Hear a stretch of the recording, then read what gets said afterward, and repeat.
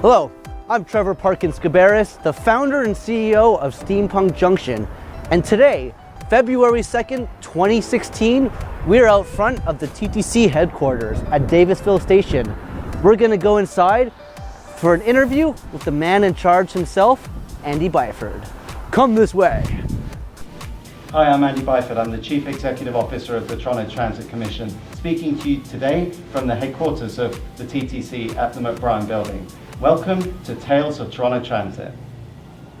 Now, Mr. Byford, even though we are still receiving our new generation of streetcars, buses, and subways, does the TTC know what our next generation of vehicles will look like?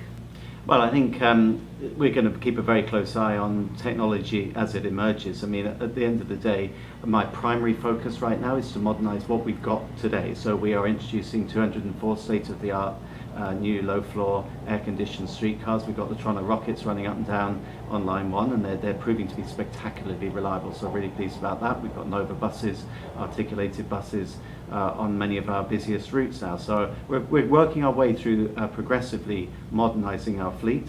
The next big technological change will be twofold, actually. One, the introduction of automatic train control and re-signalling of Line 1. That will be followed by Line 2, but then also in conjunction with modernising Line 2 and re-signalling Line 2, we would also need to take a view on whether to buy new trains for that line, whether to refurbish them, or whether to cascade the Rockets to Line 2 and buy new for Line 1. So it's never a dull moment here. No. There's always a lot in my in tray. Is the TTC considering removing the streetcar's trolley pole, which was invented for the Toronto CNE in 1885, with a Pantograph system? Absolutely. So the new streetcars do come fitted with a Panto, and if you see them from a distance, particularly if you're a slightly higher level, you can clearly see the Pantograph is actually fitted. So there's a reason why we haven't deployed the Pantograph yet, though, and that's because you've got to make sure that the overhead wire has been updated in order to accommodate the Pantograph, both to accommodate it, but also to make sure that the additional power that the new streetcars draw, because they need more power with air conditioning and various other elements that add to the load, that overhead wire is capable of taking that additional load. You don't want to pop the power, basically. Mm-hmm. So we're nearly done on Spadina. We also want to always have an adjacent route, a diversionary route. So for Spadina, that's Bathurst. Very, very shortly, you'll see the trolley poles come down and taken off, those new streetcars that serve that route, mm-hmm. and the Panto will go up. The advantage a Pantograph has is it's held up, mm-hmm. because it has a spring that holds it up, so its default is to stay up in proximity to the wire, mm-hmm. So you won't get the de-wirements that old-fashioned trolley poles do occasionally cause. It's a much more modern system. Oh, for sure. Is the TTC considering reviving the trolley bus? Well, I wouldn't rule anything out. I mean, people have said to me before, why don't you operate trolley buses? Because they do have one big advantage over a streetcar, namely that they can overtake. But at the end of the day, well, partly my answer will be the die is cast. We are investing huge amounts in a new streetcar fleet. Mm-hmm. We've got a state-of-the-art streetcar house just opened down at Leslie Street and on the Lakeshore. It looks fantastic, the Leslie Barns. Mm-hmm. But I wouldn't rule anything out. I mean, ultimately, we're going to be very mindful of what happens in terms of developments on new technology. What I would say is that where a trolley bus is able to overtake, typically trolley buses are shorter. Now, mm-hmm. bear in mind, the big advantage of these new streetcars is they're a lot bigger. They're mm-hmm. 100 foot long compared to 70 foot for an articulated current streetcar, or shorter than that, 50 foot for a CLRV. So you do get economies of scale by operating larger vehicles. So nothing on the immediate horizon. I've learned in 26 years in this game, you don't rule anything out. You keep an eye on what happens with emerging technology. All right. What about building an above-the-street monorail line? Right, well, I have had experience of monorails. There was a monorail in Sydney in Australia when I lived there, and the job I did prior to this one, I was the COO for what's called RailCorp. It had its critics, but it also had its supporters. Ultimately, that is a technology that can be applied. I'd say not for particularly highly trafficked lines. They tend to be used, or their best deployment is for specific A to B short shuttles. So a good example of that would be at the airport over at Pearson, where you do have that unstaffed, so it's a completely automatic, no operator monorail. That for that kind of thing, I think that monorails are ideally suited. The one in Sydney has actually been taken out. It took up, the footings took up a lane of traffic. It was really only used by tourists. And the other downside is they can be a little unsightly, because you do need to have a rail running pretty much eye level, well not eye level really, but higher than eye level, above head height. And they're not always the most attractive of things. So again, a bit like with trolley buses, I wouldn't rule it out. It maybe there's a need in the future, but certainly I don't see it as the big mass transit mover that we need for something as big as the TTC. All right. What are your thoughts on the future of self-driving vehicles? Again, a very topical subject, and the city has initiated a discussion here in Toronto. We've been talking about automated vehicles. I mean, clearly that's going to become a much bigger issue in the next few years. So we're going to watch what happens with that.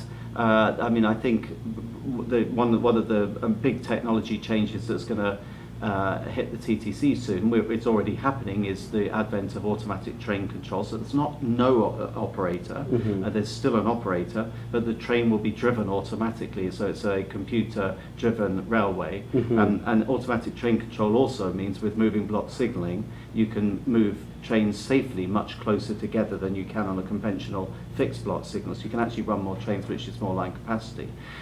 So there, if you like, that's an example of an automated vehicle. Do I see automated buses in the future? I don't know. I think it's probably on the horizon. I could see that happening. What we're not going to do is be the guinea pig.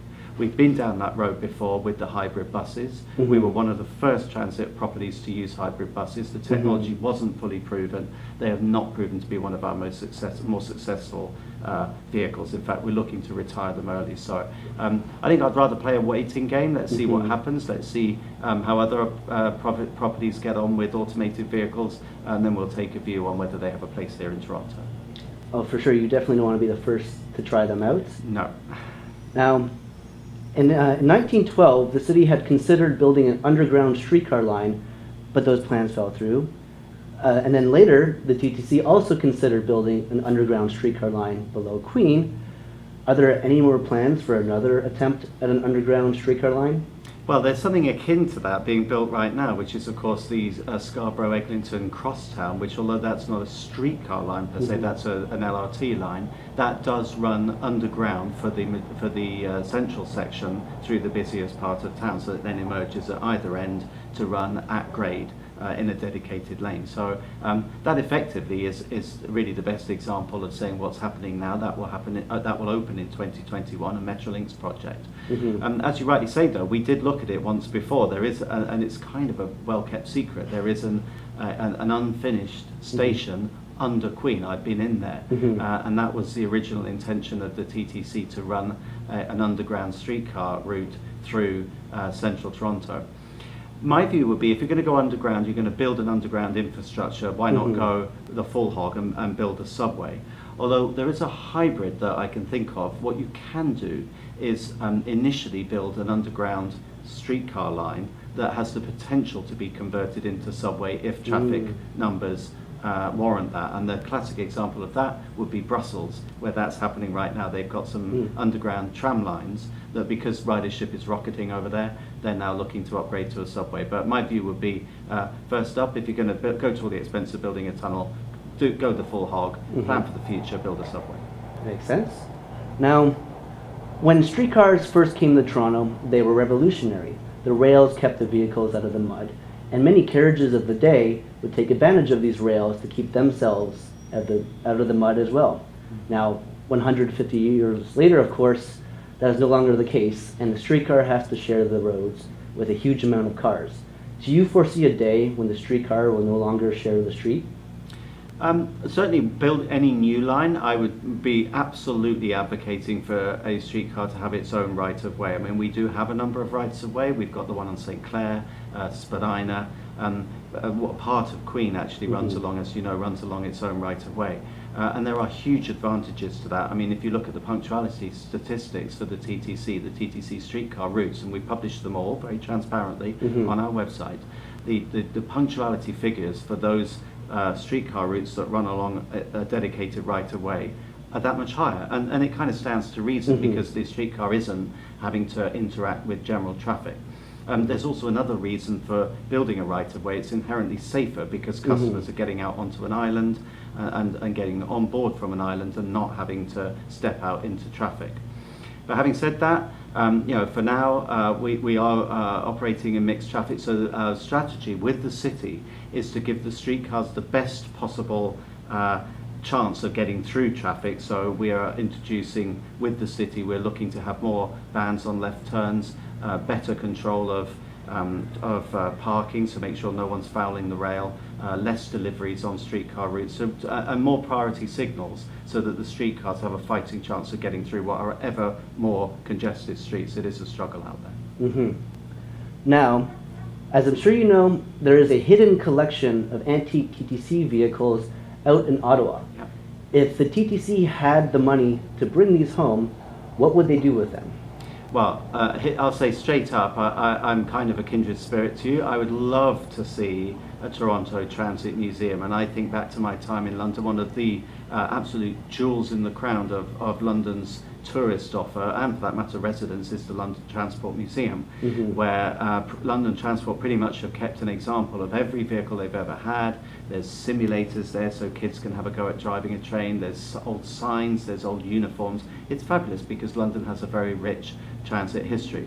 But what people forget is, so do we. I mean, the subway may have opened in 1954, but the TTC came about in 1921, taking over from the Toronto Railway Company. Oh, yes. So we're almost at our anniversary, and I guess a kind of pipe dream for me would be that there should be a Toronto Transit Museum that could accommodate Toronto Transit Commission vehicles, maybe old VIA units, old GO units. You know, there's a huge transit history here in our own city. And as you say, a lot of these vehicles are spread to the four winds. I think it's criminal that vehicles are kept hidden away behind closed doors in Ottawa. Although it won't be our core business, it's the kind of thing we'd want to franchise to someone else to do. I would be fully supportive. And you know what? A golden opportunity, 2021, our anniversary. How good would it be to have a transit museum open on the anniversary of the TTC, 100 years of fabulous service to Toronto? Absolutely. I think that would be great as well. I think that is all we have time for today. So thank you very much for taking the time to answer my questions. Thanks for sharing my passion for the TTC and for transit. No problem. All right. Please keep riding the Red Rocket. Thank you.